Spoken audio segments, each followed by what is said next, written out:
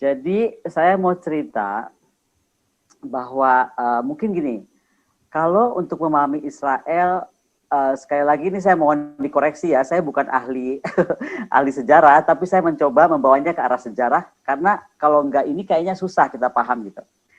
Pertama, kenapa kita bicara sejarah tentang Yerusalem? Karena menurut saya langkah konkret diplomatik di dalam perdamaian Israel Palestina ini harus betul-betul kita lakukan. Kenapa? Karena ini perintah undang-undang, gitu kan.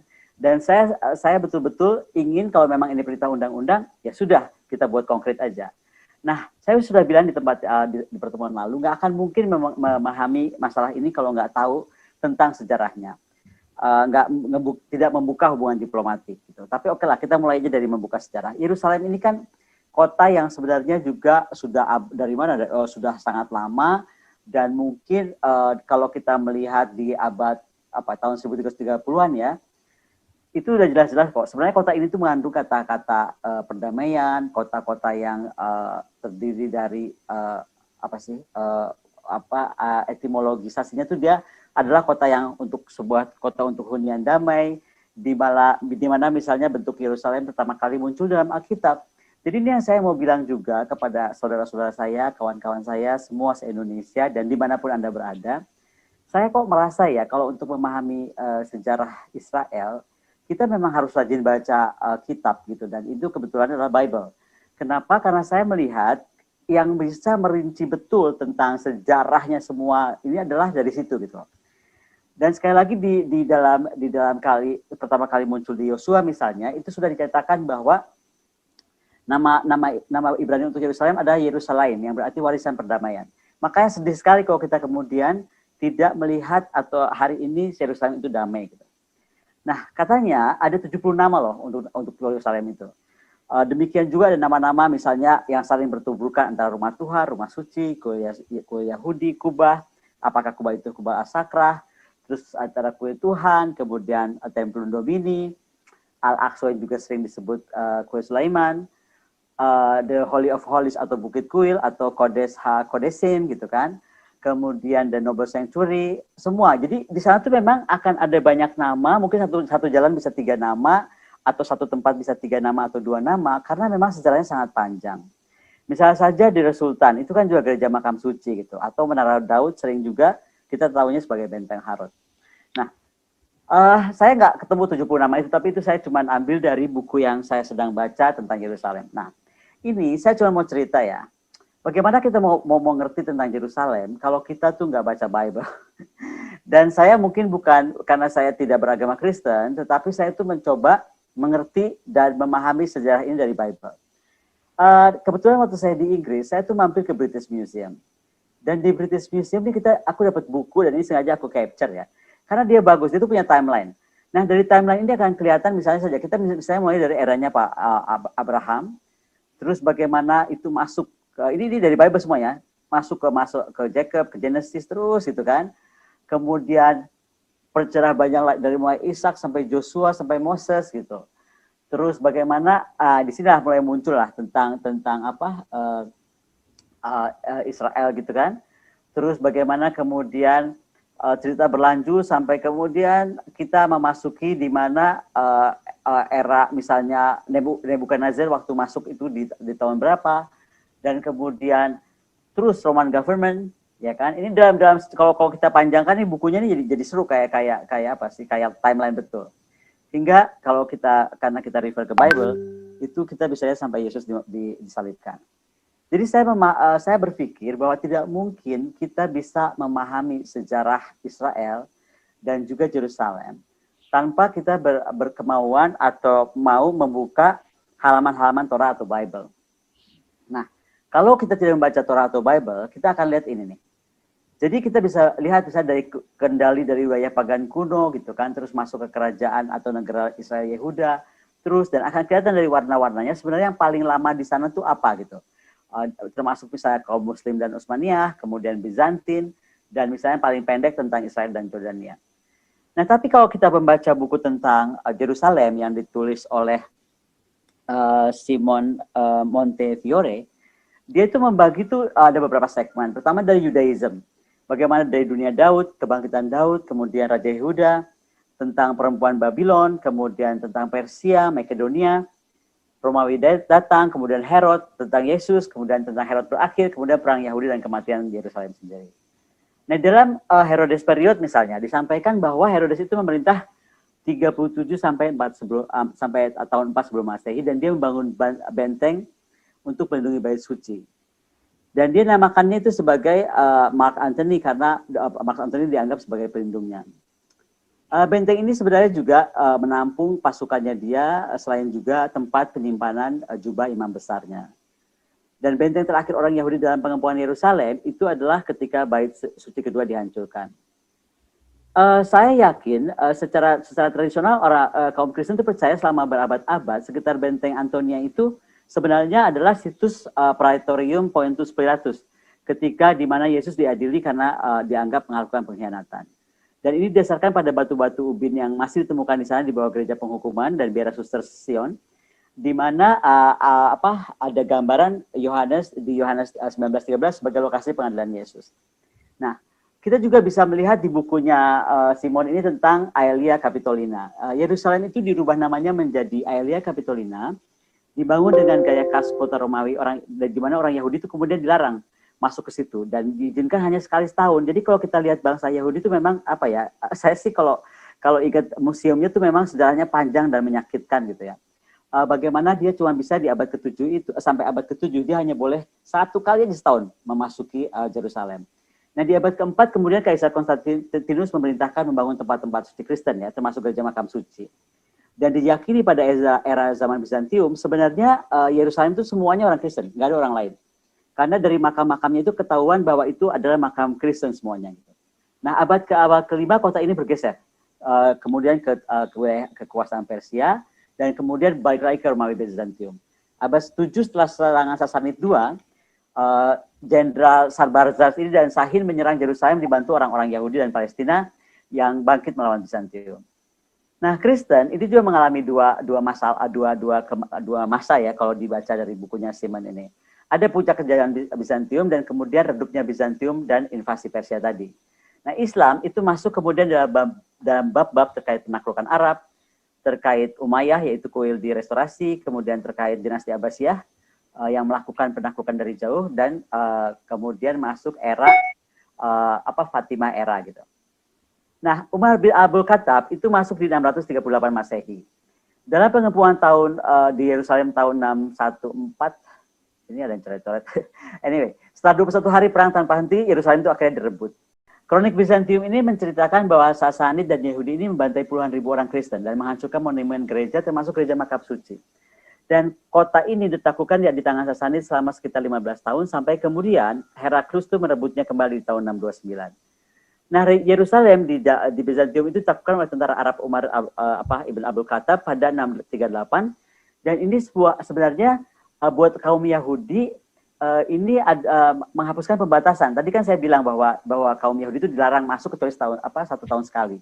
Masuknya Umar bin Abdul Khattab itu sebenarnya menguntungkan orang Yahudi karena kemudian pembatasan itu dihapuskan.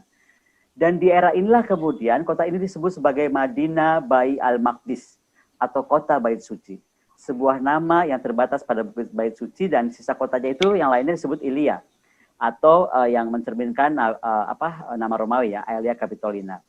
Nah, perang salib sendiri kalau di bukunya Yerusalem ini dia bagi dari masalah pembantaian, kemudian kebangkitan Outremer atau tanah seberang laut, kemudian bagaimana era keemasannya Outremer, ada tentang Raja Lepra, Saladin, dan perang salib di mana Saladin dan Richard, kemudian dinasti Saladin.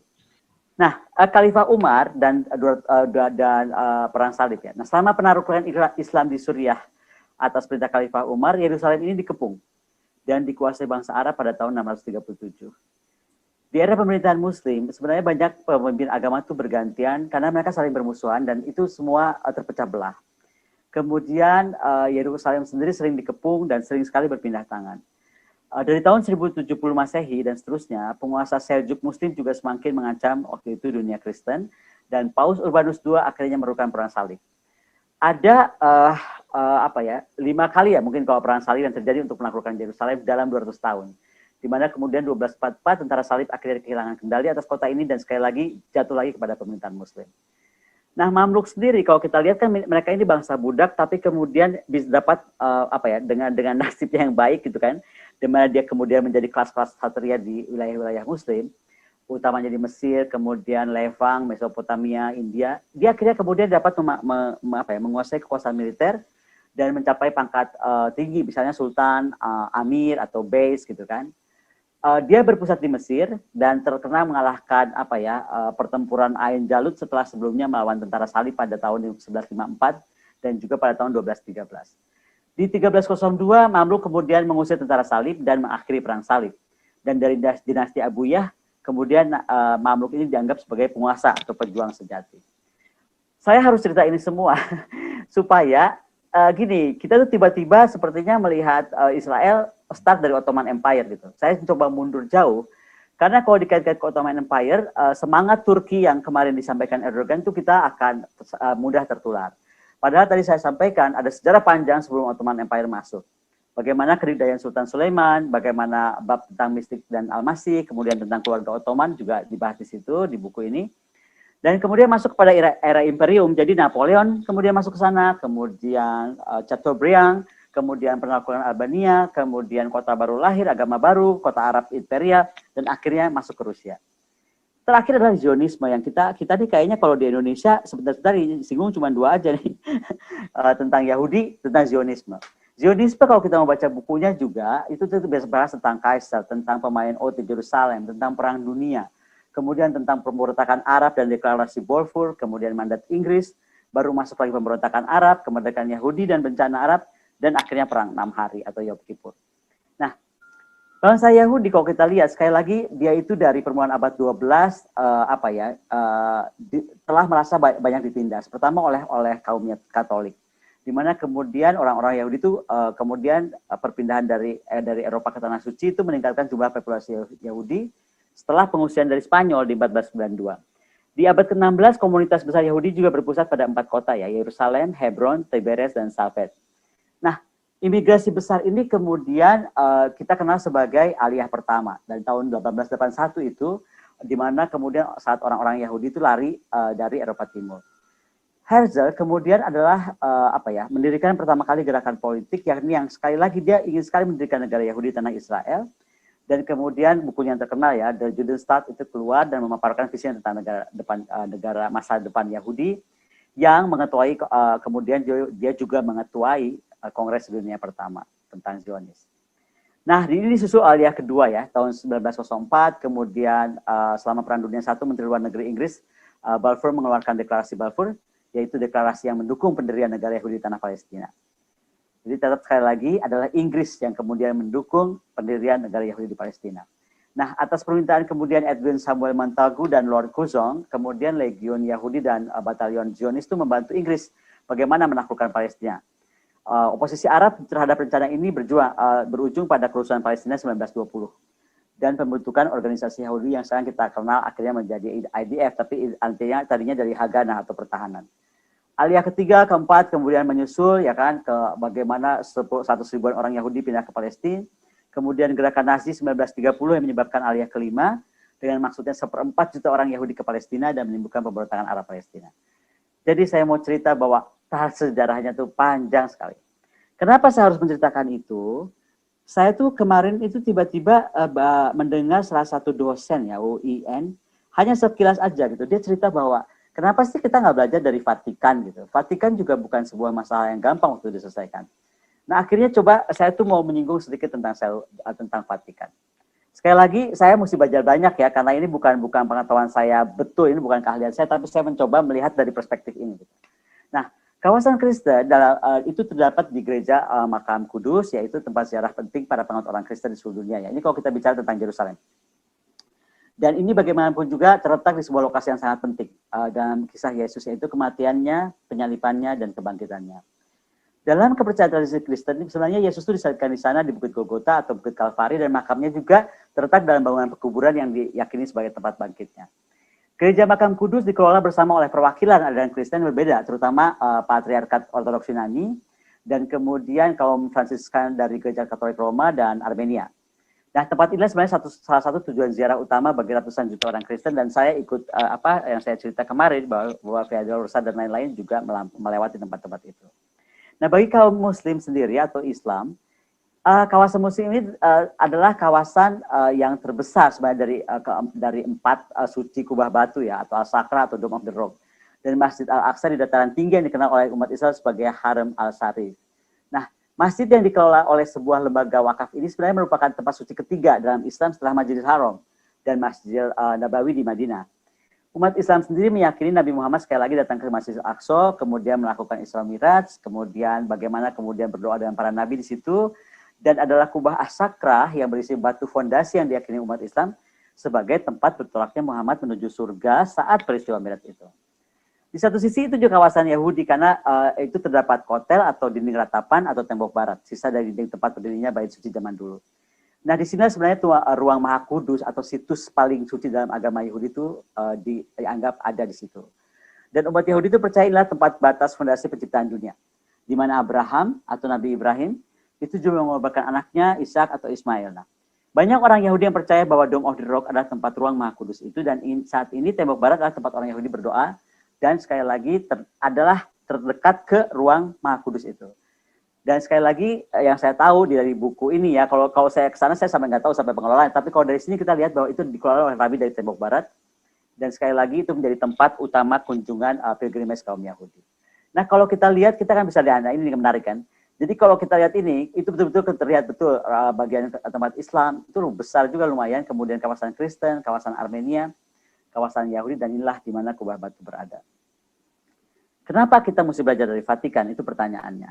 Nah, kita lihat Città di Vitano itu adalah sebenarnya sebuah negara enklav yang dikelilingi tembok juga, sama seperti Israel, dia dikelilingi tembok itu ya.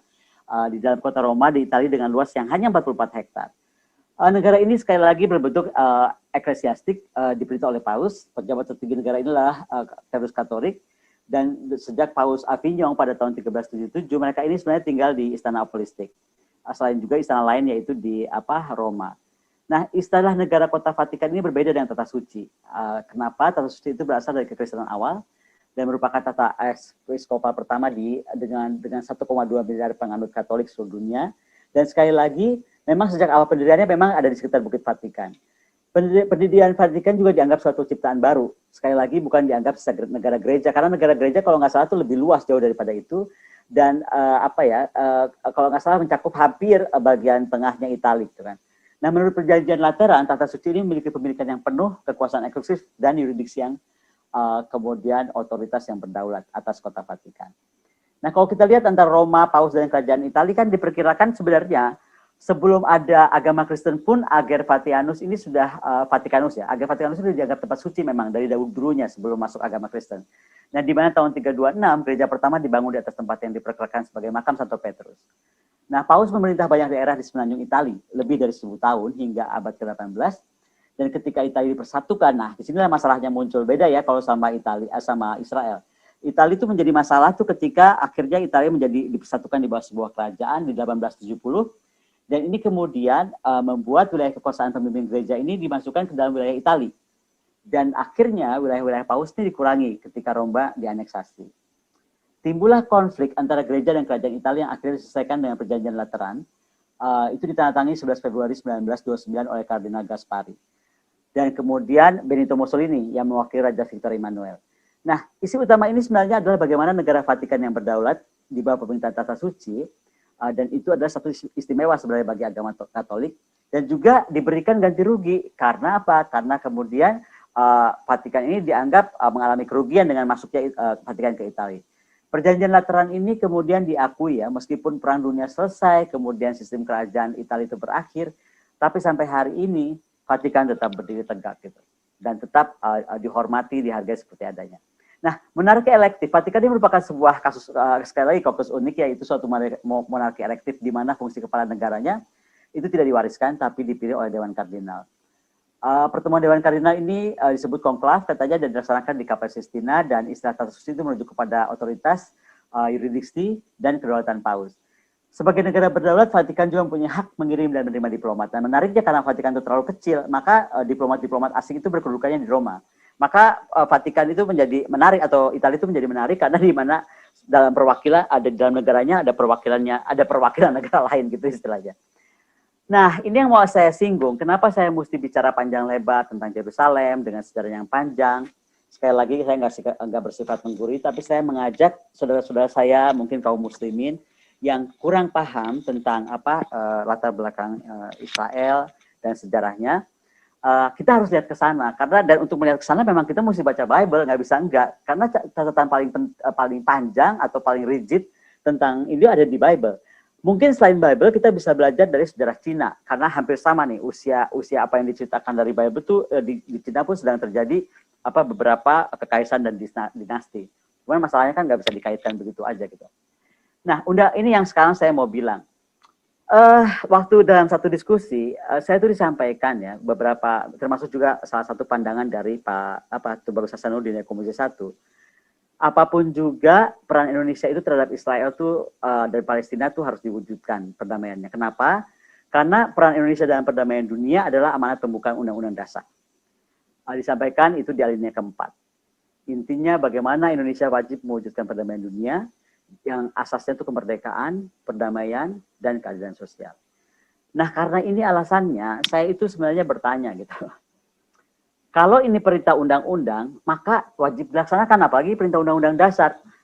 Jadi pertanyaan saya yang paling menarik, dan ini saya ingin kita berdiskusi malam ini, dan saya juga ingin belajar dari Pak Zhang sebenarnya. Apa sih yang salah dari kita nih Indonesia? Begitu undang-undang yang mewajibkan, tapi kenapa dari tahun 45 hingga tahun 2021, Indonesia tidak mampu menjalankan undang-undang itu dengan serius, yaitu mewujudkan perdamaian dan menjalankan perintah undang-undang. Contoh, misalnya Jared kemarin saya ceritakan, cuma 3 tahun dia bisa mendorong negara-negara Arab langsung duduk dan kemudian menandatangani Abraham Accord. Gitu. Kita udah berapa tahun nih dari tahun 45 hingga tahun 2021. Saya nggak tahu, apakah karena satu kita tidak mau atau tidak berkemampuan, bisa beda nih ya, antara tidak mau atau tidak mampu. Membuka hubungan dengan hubungan diplomatik dengan Israel. Apakah kedua tidak mau atau tidak mampu secara lebih konkret mendesak Inggris kah, mendesak Prancis kah gitu kan, untuk duduk bersama mencari isu apa dan jalan keluar apa, karena bagaimanapun kan tentang PICO and Sykes itu juga berpengaruh pada kemudian perkembangan Israel ke hari ini. Kemudian apakah kita tidak mau dan tidak berkemampuan belajar dari Italia dan Vatikan gitu. Ini kan juga padahal menarik, kalau saya belum ketemu kota lain ya, tapi saya contohkan saja Vatikan karena masukan dari guru besar IAIN itu. Dan saya rasa ini harusnya kita berani membuka diri mencoba gitu. Yang keempat, saya nggak tahu apa kita memang sengaja memelihara masalah ini untuk dalam tanda kutip jika perlu digunakan secara politis. Nah, ini di antara 4 ini saya nggak tahu yang mana gitu. Tapi kita harus cari tahu, dan sekali lagi, kalau saya sih lebih cenderung percaya bahwa kita tuh sebenarnya mampu. Masalah kita mau atau enggak. Nah, kalau kita mampu berarti kita ngomong yang 3 aja ya. Bagaimana kita harus mencoba membuka hubungan diplomatik, apakah dengan Kamar Dagang dulu atau apapun itu. Kemudian duduklah dengan Prancis, duduklah dengan Inggris, gitu kan, duduklah dengan Italia dan belajarlah dari Vatikan, misalnya, gitu kan. Itu kenapa saya sekali lagi udah mau habis slide saya dan ini penutupnya. Saya cuma mau rekomendasikan sekali lagi, mungkin ini yang menarik ya. Ketika Jared itu melibatkan negara-negara Arab, kemudian dia mendorong negara Islam lah untuk kemudian melakukan Abraham Accord. Saya rasa akan menjadi lompatan menarik kalau kita atau Kemlu melibatkan para pendeta, mungkin para kardinal, ya kan, atau siapapun mungkin yang bisa mewujudkan, saya sekarang sebutnya Jerusalem Accord aja lah, saya belum tahu namanya apa. Tapi dengan mengawali pembicaraan multilateral dengan negara-negara modern yang memiliki sejarah atas Israel hari ini. Misalnya tadi Inggris, Prancis, Italia dan Vatikan. Saya rasa ini harus kita kumandangkan, barangkali saja gitu kan. Kalau kita tidak bisa langsung membuka hubungan diplomatik dengan Israel atau resistensi itu kita nggak bisa tahan gitu kan.